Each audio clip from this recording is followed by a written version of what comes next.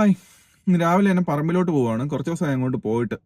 പനിയൊക്കെ ആയതുകൊണ്ട് ഒരു 2 ആഴ്ച അടുപ്പിച്ച് അങ്ങോട്ട് പോകാൻ പറ്റിയില്ല. ഇപ്പം എല്ലാം കഴിഞ്ഞ് കുറെ അങ്ങോട്ട് പോവുകയാണ്. അപ്പം രാവിലെ തന്നെ അങ്ങോട്ട് പോയിട്ട് അവിടെ എന്തൊക്കെയാണ് പുതിയ മാറ്റങ്ങളെന്നൊക്കെ പോയി നോക്കാം. പിന്നെ അവിടുത്തെ പഴയ വാഴകളൊക്കെ ഉണ്ട്. മീൻസ് കപ്പക്കൊലയൊക്കെ വെച്ചത് കുറച്ചൊക്കെ കഴിഞ്ഞായിരുന്നു. അപ്പം അതിനെയൊക്കെ ഒന്ന് എടുത്ത് ക്ലീൻ ചെയ്യണമെന്നുണ്ട്. അപ്പോൾ രാവിലെ എന്തായാലും അങ്ങോട്ട് പോയിട്ട് അവിടുത്തെ പരിപാടികൾ നോക്കാം. ഇവൻ കുറച്ച് അക്രമകാരിയാണ്. നേരത്തെ വണ്ടിയുടെ മുന്നിൽ എടുത്ത് ചാടിയായിരുന്നു.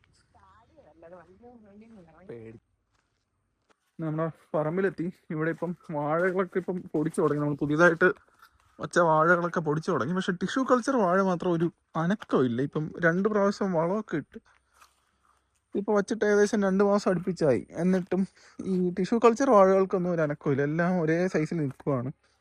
ടിഷ്യൂ കൾച്ചർ അല്ല. ബാക്കി വച്ച വാഴക്കന്നുകളെല്ലാം അത്യാവശ്യം പൊടിച്ചു തുടങ്ങിയിട്ടുണ്ട്. ഇതെല്ലാം പൊടിച്ച് അപ്പുറത്ത് നിൽക്കുന്നതും പൊടിച്ചു തുടങ്ങിയിട്ടുണ്ട്.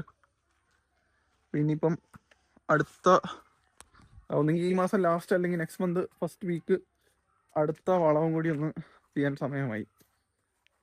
അറൗണ്ട് ഒരു മാസം അടുപ്പിച്ചാവാറായി ഒരു വളം ചെയ്തിട്ട്. അടുത്ത വളം ചെയ്യണം. അതുപോലെ തന്നെ നമ്മൾ അപ്പുറത്തെ പറമ്പില്ല, അത് കപ്പ നിന്ന സ്ഥലത്ത് ഉള്ള എല്ലാം കഴിഞ്ഞായിരുന്നു. അതായത് ഈ ഒരു സെക്ഷൻ.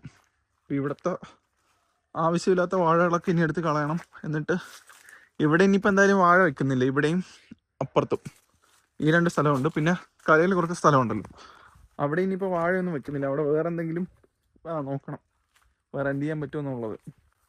അതിന് കരയിൽ എന്തായാലും വാഴ പിടിക്കുന്നില്ല.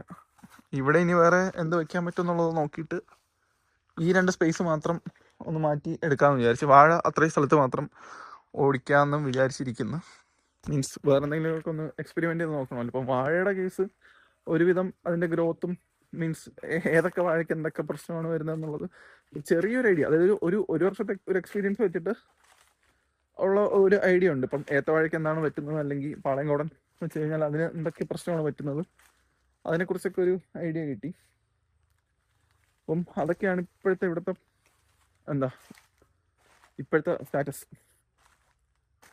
ഇതിനി വരുന്ന ദിവസങ്ങളിൽ ബാക്കി കൂടെ ക്ലീൻ ചെയ്തിട്ട് അടുത്ത പരിപാടികൾ നോക്കണം.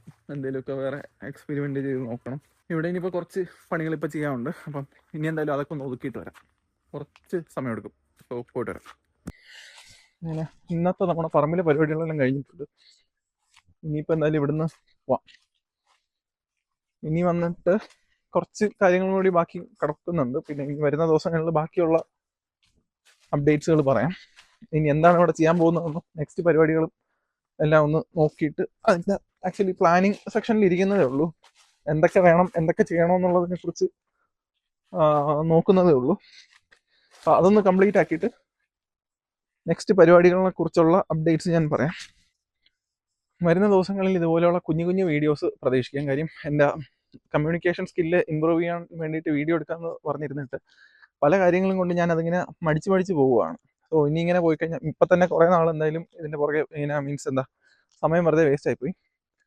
അപ്പം ഇനിയും ഇത് ചെയ്തില്ലെങ്കിൽ ഇത് വീണ്ടും നീണ്ട് തന്നെ പോകും. അപ്പം വലിയ രീതിക്കുള്ള സംഭവമൊന്നും കാണില്ല. എന്നാലും ജസ്റ്റ് ഒരു കുഞ്ഞ് സാധനം, അതായത് കമ്മ്യൂണിക്കേഷൻ സ്കില്ല് ഇമ്പ്രൂവ് ചെയ്യാൻ വേണ്ടിയിട്ട് ഡെയിലി ഒരു കുഞ്ഞ് കണ്ടന്റ് വെച്ചിട്ട് ഇട്ട് പോകാൻ വേണ്ടിയിട്ട് ഞാൻ മാക്സിമം ട്രൈ ചെയ്യാൻ ശ്രമിക്കുന്നതാണ്. സോ വരുന്ന ദിവസങ്ങളിൽ കുഞ്ഞു കുഞ്ഞു സാധനങ്ങൾ പ്രതീക്ഷിക്കാം. ഇപ്പം എന്തായാലും ഇത്രയേ ഉള്ളൂ. ബാക്കി കാണാം.